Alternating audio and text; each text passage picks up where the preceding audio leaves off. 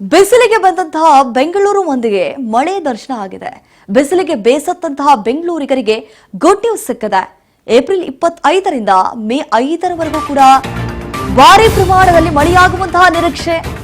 ನಿಜಕ್ಕೂ ಇದು ಖುಷಿ ವಿಚಾರ.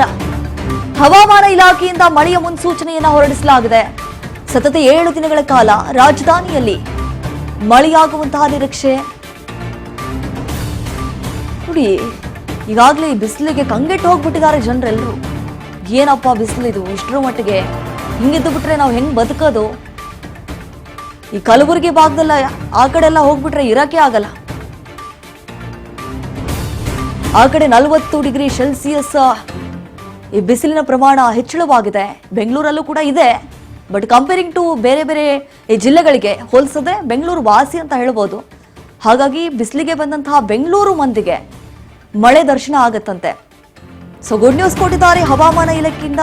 ಬಿಸಿಲಿಗೆ ತತ್ತರಿಸಿದಂತಹ ಉತ್ತರ ಭಾರತಕ್ಕೆ ಮತ್ತೆ ಶಾಕ್. ಬಿಸಿಗಾಳಿಯ ಜೊತೆ ತಾಪಮಾನದಲ್ಲೂ ಹೆಚ್ಚಾಗಿರುವಂತಹ ಮಾಹಿತಿ ಇದೆ. ಉತ್ತರ ಭಾರತದ ಹಲವು ರಾಜ್ಯಗಳಲ್ಲಿ ಬಿಸಿ ಗಾಳಿ ಬೀಸುವ ಎಚ್ಚರಿಕೆ ಕೊಟ್ಟಿದ್ದಾರೆ. ದೆಹಲಿ, ಉತ್ತರ ಪ್ರದೇಶ, ರಾಜಸ್ಥಾನ, ಬಿಹಾರ, ಪಂಜಾಬ್, ಹರಿಯಾಣ, ಮಧ್ಯಪ್ರದೇಶ, ಛತ್ತೀಸ್ಗಢ ಈ ಎಲ್ಲಾ ರಾಜ್ಯಗಳಲ್ಲಿ ಮುಂದಿನ 2 ವಾರಗಳವರೆಗೂ ಕೂಡ ತಾಪಮಾನ ಸಾಮಾನ್ಯಕ್ಕಿಂತ ಈಗಲೇ ತಡ್ಕೊಳಕ್ ಆಗ್ತಾ ಇಲ್ಲ, ಇನ್ನು ಮತ್ತೆ ಸಾಮಾನ್ಯಕ್ಕಿಂತ ಹೆಚ್ಚಳವಾಗುತ್ತೆ. ಬಿಸಿಗಾಳಿ ಕುರಿತು ಈಗಾಗಲೇ ಹವಾಮಾನ ಇಲಾಖೆ ಮುನ್ಸೂಚನೆಯನ್ನ ಹೊರಡಿಸಿದೆ. ನೋಡಿ, ಬಿಸಿಗಾಳಿ ಕುರಿತು ಭಾರತೀಯ ಹವಾಮಾನ ಇಲಾಖೆ ಈಗ ಮಾಹಿತಿಯನ್ನ ಕೊಟ್ಟಿದೆ. ಈಗೇನ್ ಸಾಮಾನ್ಯ ಬಿಸಿಲನ್ನ ನಾವು ಏನ್ ಅನುಭವಿಸ್ತಾ ಇದೀವಿ, ಇದನ್ನೇ ತಡ್ಕೊಳಕ್ ಆಗ್ತಾ ಇಲ್ಲ. ಈಗ ಮತ್ತಷ್ಟು ಬಿಸಿಲಿನ ಪ್ರಮಾಣ ಏರಿಕೆ ಆಗ್ಬಿಟ್ರೆ ನಿಜಕ್ಕೂ ಸಾವು ನೋವು ಸಂಭವಿಸುವಂತಲ್ಲಿ 2 ಮಾತಿಲ್ಲ.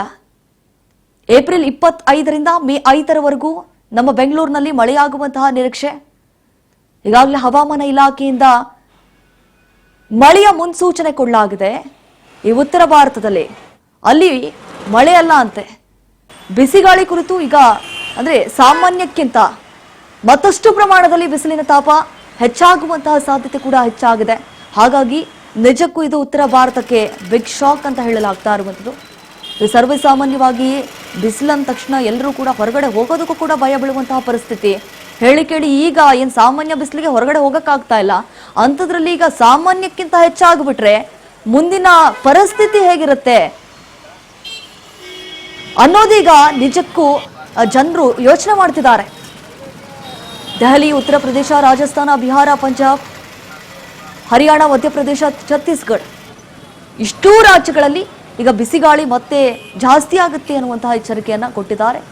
2 ವಾರಗಳವರೆಗೂ ಕೂಡ ಇದೇ ರೀತಿಯಾಗಿ ಇರಲಿದೆ ಅಂತ ಹೇಳಿ.